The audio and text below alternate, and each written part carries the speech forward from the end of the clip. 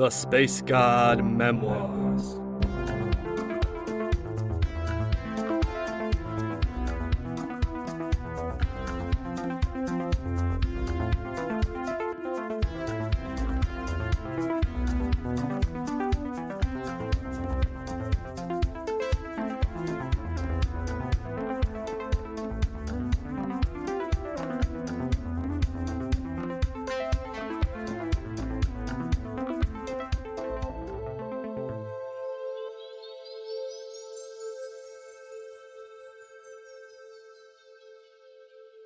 Season 2, Episode 30. In that bright yellow radiance, I floated alone. For an instant. Then from within, a pulsing, a movement. It was like there was some little ball of consciousness inside of my own thoughts, but slowly drifting away. Bakibra. Moments after sensing her, I could see again. I was standing in a familiar spot, the ramparts of Ganadria's palace, upon the metal walls surrounding that enormous iron robot head that had served as the kingdom's base. Before me stood Bakibra, clad in her avian-themed bronze armor, her noble features highlighted by the gold-orange light of a rising sun. "Hi, Bakibra," I waved at her. There was a touch more physicality in this place than a moment ago. "Greetings once more, Keph," she answered me back with a short bow. But I could tell this wasn't just some casual greeting. She radiated purpose. "What's up?" I asked. "This is where we part, Keph," she said. "What do you mean?" "I told you earlier how I yearn for my own life once more. Yeah, now I have that chance. With your former body slain, we've been unlinked, and the system here has informed me that I qualify for my own body here among the Nyar." "Wow, that's great." "Thank you, Keph, for retrieving me from that place, for helping me to face down Ophiro, and to overcome my own insecurities. You have led me to unburden myself, and now I'm finally ready to be free." "Hey, you were pretty helpful too. I wouldn't have made it through some of those fights without your help. And yeah, might start getting a little lonely in here with you gone. Not all our times together have been good. Your mind is a chaotic and confusing place." "Yeah, you've been kind of a pain in the ass too, Bakibra." I felt myself smile. A slight smile came to her lips too, and I had never known Bakibra to smile. "Yes," she said with a shrug. "It seems we tend to grate on one another, at least when trapped in the same mind. It's felt crowded in here lately, I admit. Me, you, Rayleigh, Verge, all those past life folks I'm not even sure are separate from me. And yeah, I'm a pretty scragged up yug for sure. Half the time, I don't even want to be trapped in my own mind. I can see how it would suck. I suppose I could get used to such an existence, but in truth, I yearn for my own, for a chance to live again, to help in liberating my home from its oppressors, to explore this vast new universe, maybe even to love again." Bakibra continued to wear a smile and looked sideways, gazing out at the Ganadrian plains. There was a different side of her then. Her black hair blowing gently in the breeze, her brown eyes looking wide and hopeful. No longer a battle-hardened warrior, she was unburdened, freed from her oaths and her armor, her toxic love and her anger. She was a woman, beautiful, strong, and good. I sort of wished I had known her in a different way back on Aruvis. "I know you are uncertain of your own path, Keph, of your place among the Nyar. You have doubts about who you truly are, where you belong. That I understand. I know I have quite the journey before me as well. Patterns I must still overcome. Other lifetimes and memories that I must integrate. Yep, it's one crazy universe. I can't claim to know who I really am, or what my role among these awake folks should be. But yeah, maybe we'll see each other again, back in the flesh." Bakibra looked towards me one last time. There was a surge of tingly energy as our eyes met. She reached out her hands to me. "Goodbye, Keph," she said, and I could feel the separation occurring, the last bits of Bakibra's essence detaching from my own, her thought patterns trickling away. There was a moment of brief sadness, then calm. She was gone. I expected the scene to fade before my eyes, but instead I felt myself lifted up into the air and pulled over the city of Ganadria. Soon I stood upon another roof, the circular top of the old lab, built inside of an iron drum. Not far away, Rayleigh leaned up against the roof's railing, clad in her overalls, the belt on her waist covered in all sorts of shiny new tools. Verge towered over her, his blue hair held back by his standard headband, big arms accentuated by his cut-off sleeves. So, not sure if y'all could hear my exchange with Bakibra, but you two leaving also? Nope, said Verge, stretching one bulky arm over his head. We're here to stay, it seems, said Rayleigh. For now, but Bakibra's right. It has been getting crowded in here, added Verge. Figured you'd both go when you had the chance. I know, you'd like your own lives too. That's not an option, said Rayleigh, shaking her head. Seems we don't qualify for the whole Nyar ascension thing. Yeah, something to do with virtue rankings or Aychuck capacity or something, said Verge. And that's fine, said Rayleigh. I said before that I'm not all that keen on just skipping a regular life and living among these star folks. It's just too much. So for now, we're staying, added Verge. We're here for you, buddy. Just keep the drama to a minimum, okay? I'll try.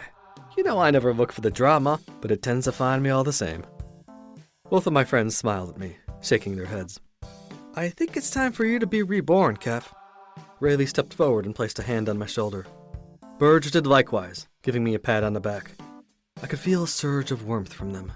The scene of Ganadria faded away soon after, and for another instant I hung suspended in nothing. Then I was pulled away and faded into unconsciousness. A sense of heaviness came back to me, the feeling of a physical body. I opened my eyes, and yes, I finally had eyes again, and looked out through the film of a thin pink fluid. There was a taste of something both sweet and artificial in my mouth, a numb tingle across my skin. I felt the urge to breathe, but couldn't, my mouth and lungs filled with that translucent pink goo. Welcome back, Rank 1 Initiate Keph, chimed a message in the monadic network. The liquid began to drain out of the tank I realized I had been floating in, upright. I could feel it sinking below my head, and as the fluid drained below eye level, I could see the rest of the room taking shape before me. I looked down to see the last of the protoplasmic cloning liquid going down the drain at my feet. In the room beyond, translucent walls opened up into more vats of similarly pink liquid, lining a long hallway. Most of the vats contained bodies, with as many varied features as I had seen among the Nyar, and of varying ages, from tiny infants to full-grown adults. From time to time, some of them would twitch, or swallow, move a finger or other appendage. I wondered if one of them was Bakibra in her new body. Would hers be ready at the same time as mine? I wasn't sure. A lot of the bodies I could see looked half-formed, like mine had when I first viewed it. My stomach churned.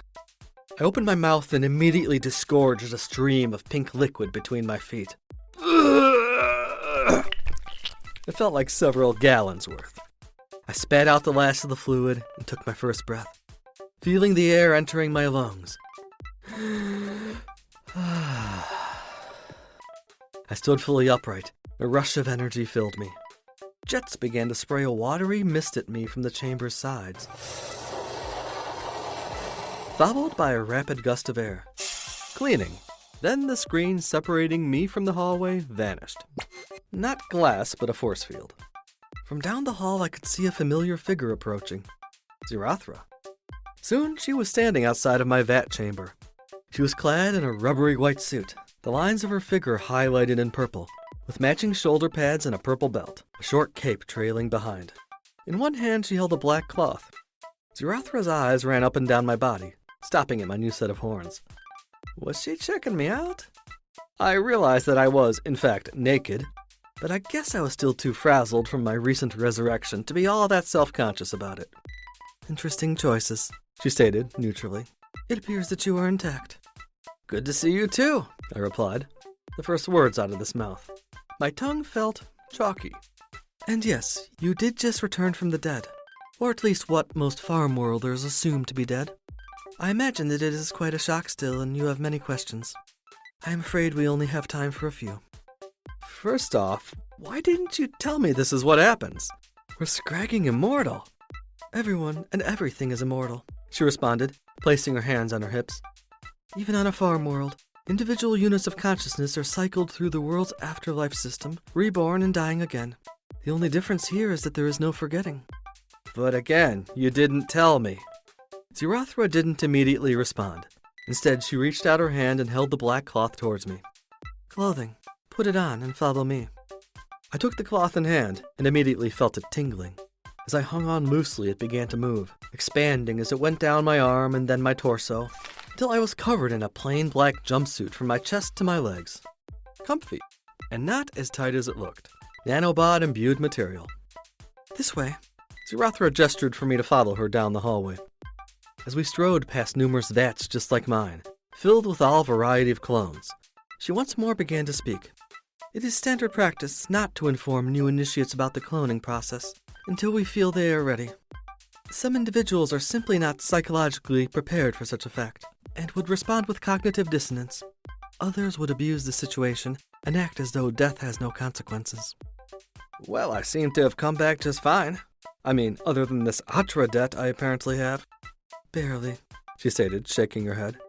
It was a difficult task to retrieve your soul after you'd been killed. Any more time and you'd have been pulled back into Aruvis's reincarnation cycle, with its corresponding memory loss. And yes, the Atra debt. What exactly is Atra debt? It costs a considerable amount of energy to recreate a physical body compatible with your spirit. Generating that energy expands Atra, which you now owe to the Nyar harmonium. Whoa, hold on there a minute, woman, I said, stopping, just as we reached what looked like a testing station near the end of the vat-lined hall. So you're saying I have to pay this back somehow? A being in a yellow robe stood at the station, his green-skinned head octopoid, mouth lined with tentacles. He paid us little attention as we spoke, his gaze fixated on a specimen upon the table next to him. Yes, replied Zirathra. A percentage of all Atra you generate will be automatically channeled through the monad and into the harmonium databanks. Your next few assignments will be made with this Atra debt in mind, and will provide you with a way of paying it back more expediently. That is utterly scragged, Z. The whole reason I got killed in the first place was because I was following your orders. And I gotta pay for it? The cephalopod doctor looked up as I raised my voice, then went back to shining a laser at the throbbing specimen. Zirathra turned away, not meeting my eyes. The situation was less than ideal, I know. Yet such are the rules. And they were not my orders, you know that. But you followed them all the same. There were no other options. It was either retrieve that data or have it fall into the Vaer's hands. Which happened anyway, unless you were all able to catch Manali. Zirathra let out a sigh, still not meeting my eyes. No, the Vaer have it. Which may not have happened if we didn't rush the mission forward and send me down there while Lord Scragging Gurvath himself showed up. Zirathra remained expressionless, but I could see that her muscles looked all tense. She was trying her best to retain composure. We cannot linger here, she stated, and began to turn and walk towards the room's exit. I shook my head, but followed her into the wider hallway beyond. Soon we were both astride the Amaethyrium's rapidly moving conveyor belt system, zipping our way across the length of the fortress in seconds. We stopped at the terminus of a wide hall. A circular door melted into existence, opening up into the central command deck, a rounded room with a high ceiling and fully translucent walls, host to a ring of chairs where various Nyar officers sat. From here I had a quite obvious view of where the Amaethyrium now was. Aruvis's green and orange sphere grew enormous to my right, covering a third of the view. Not far away was that great Vaer satellite that people back home had referred to as the Eye of the Gods, black and spiny, like some grand urchin of the stars. From the viewports here I could see fleets of ships, the gold, silver, and bronze luster of the Nyar vessels flying in formation around the Amaethyrium, while just as many Vaer vessels clustered about the eye, like an immense insect swarm. Near the center of the room, Savaharthas sat in the control chair, his statuesque face turning towards us as the door opened. "The scrag is going on?" I asked, mouth wide open. "We're back on Aruvis? And those fleets. Are we—" Savaharthas stood to his feet, his thin, glassy body turning fully towards me, his green crystalline wings expanding out as he began to speak. "Yes, Initiate Keph. We recently arrived here from our prior orbit around Gaxanal. A battle is about to commence. He stared down at me with eyes like gemstones. Whoa, battle? I figured we were trying to be all sneaky. Do what we gotta do without some huge-ass war happening. Perhaps that was the strategy before, said the statue-like figure of the council's voice. Now our only option is a full attack.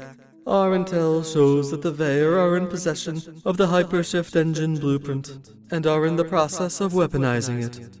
In Gurvath's hands it will likely be made into an implement of mass destruction, capable of devastating planets and fleets alike.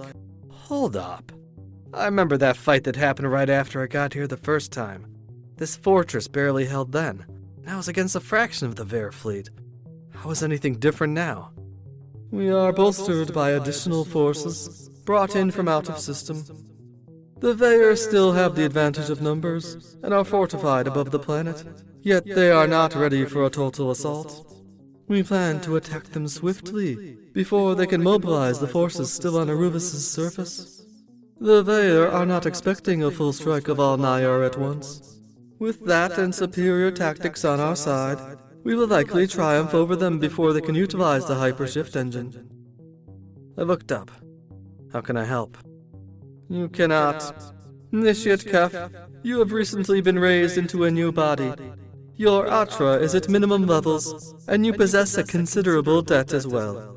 In addition, your training has not yet been fully completed. Already your actions have led to losses among the Nyar, and we would be ill-advised to rely on you at this moment. You are to remain in your chambers, meditating and recovering, until such time as this mission is completed and you are called. I felt the surge of shame, of anger. I opened my mouth as if to say something in reply, but found my words wouldn't form, my throat getting tight and my mind numb, as if just looking up at Sevaharthus prevented proper speech. My hands balled into fists. Remove the initiate to his chambers, Zirathra. Z nodded and made a short bow to the crystalline being, who then silently turned around and floated back to his chair. I looked at Zirathra's face a moment, furrowing my brow. Come on, Z.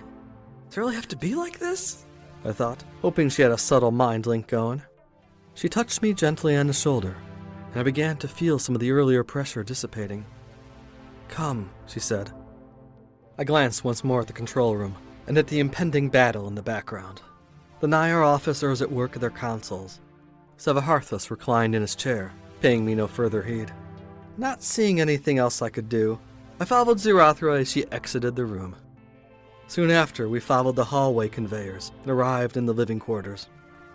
There we walked through the central dining hall, where marble tables stood between fountains and miniature gardens, skylights above streaming down simulated sunlight. It was nearly empty here, only a few holographic people sitting at the tables, engaged in pretend small talk. I suppose all the actual Nyar were off getting ready for the battle.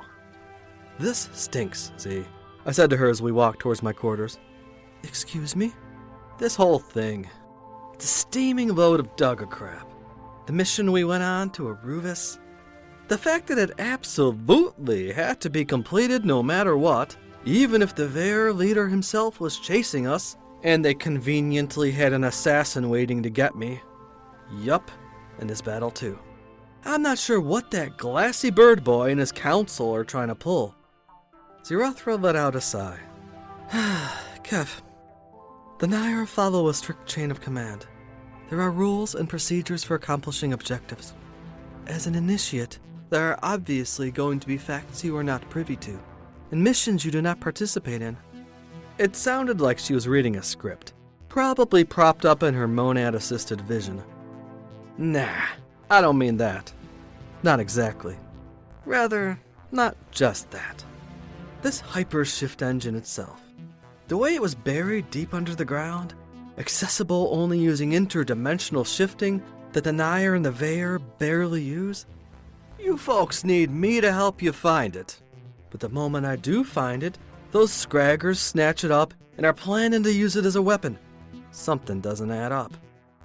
Per the Monad's records, it is a type of band technology capable of bringing objects from one dimension into another. It may be an efficient way to produce energy, yes, but the council informs me that it can also be utilized in highly destructive ways. We stopped walking, having reached the entrance to my quarters. A door melted out of the wall, revealing the simple room beyond. I turned to Zarathra, looking straight at her as I talked. I'm not so sure. The Ruvens never used it as a weapon, and I learned some real interesting stuff down there in the lab. Like the fact that it was your boy, Aychuck, who gave the shift tech to Aruvis in the first place. Muntaki's recording says that he appeared in some kind of vision to them. You know anything about that? Zarathra was silent. She looked down. She took in a breath with her tiny nose and let it out, slowly, through her equally small mouth. The time frame is not correct, she said finally. Aychuck journeyed towards the galactic pleroma 1500 standard years ago. He has not had contact with the Naya Harmonium, to my knowledge, since shortly after that time. He could not have been the one to give the knowledge to Dr. Aliran Muntaki, nor do I believe he would have motive for doing so. Well, apparently he did. Maybe you didn't know the Yug as well as you thought you did. I knew him better than any. We were... She trailed off and again looked down. A trickle of hurt, of pain came from her, which I could feel on the edges of my being. What I'm really saying is that there's stuff being kept from us. From me. Even from you. Yeah, chain of command, need to know, yada yada. But all this is looking pretty sus to me. And now I gotta stay in my room like a bad little boy while y'all go on some epically stupid battle. I don't like it. Zarathra gazed at me with her large purple eyes. I could feel from her a softness, a subtle, sad something that flowed around her. There was a moisture in her eyes, gathering at the tear ducts, but held within. I am sorry, Keph, she said, looking directly into my eyes. Since you have been raised to the Nayar, times have been hard for you. It has been constant fighting, running or hiding. And yes, secrets have been kept from you. You have been used, misinformed, deceived. For my part in it, I am truly sorry. I have failed you, both as a teacher and as a friend.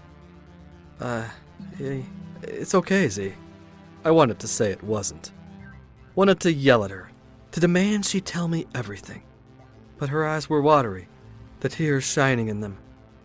And from her I could sense the softest, saddest energy. I stepped towards her, reaching out a hand. She leaned over and kissed me.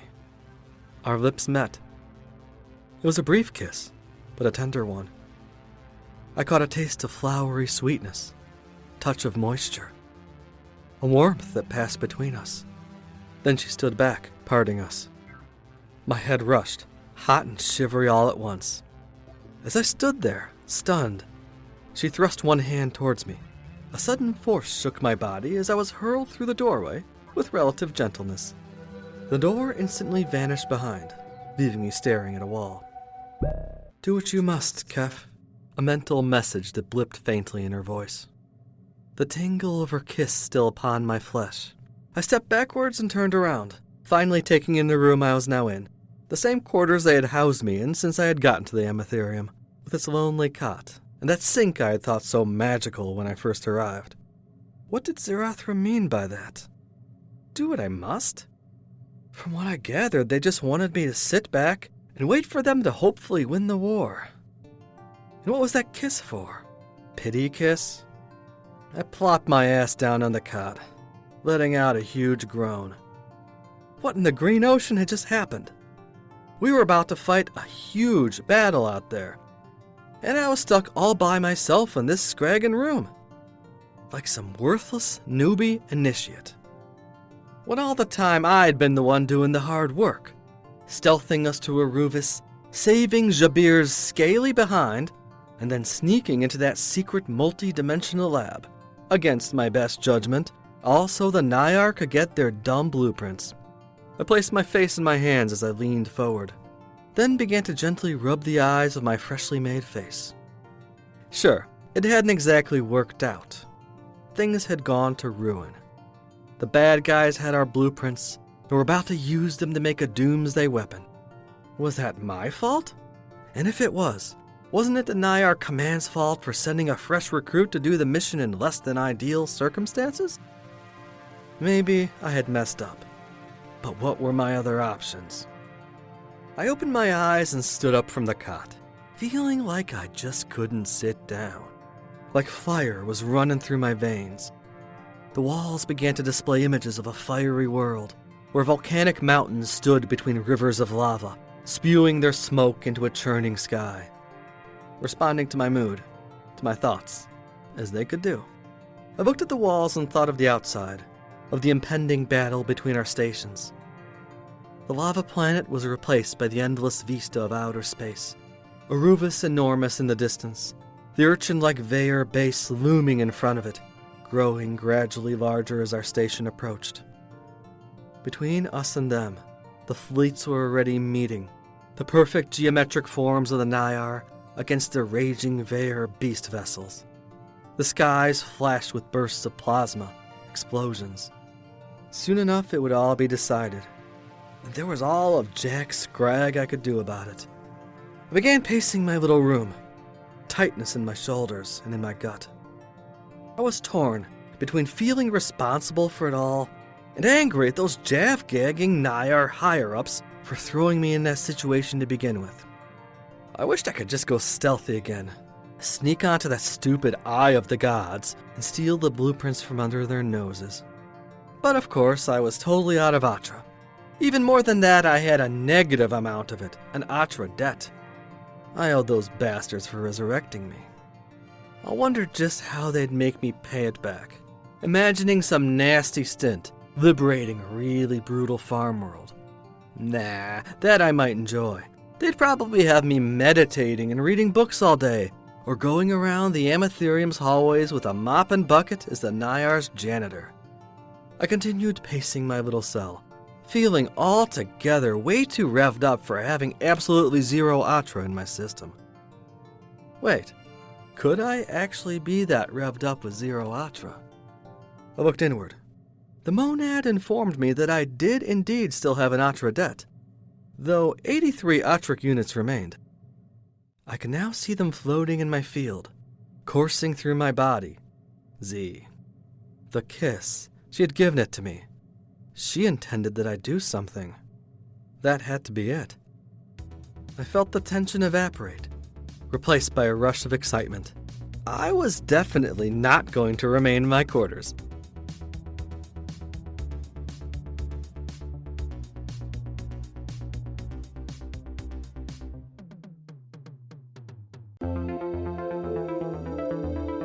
Thank you for listening to this episode of The Space God Memoirs.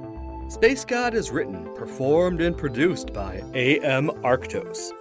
Original musical score by Alpha Colors. Various sound effects created by Industrial Strength Records Incorporated. Please support this podcast by following, rating, and sharing on your favorite social media site.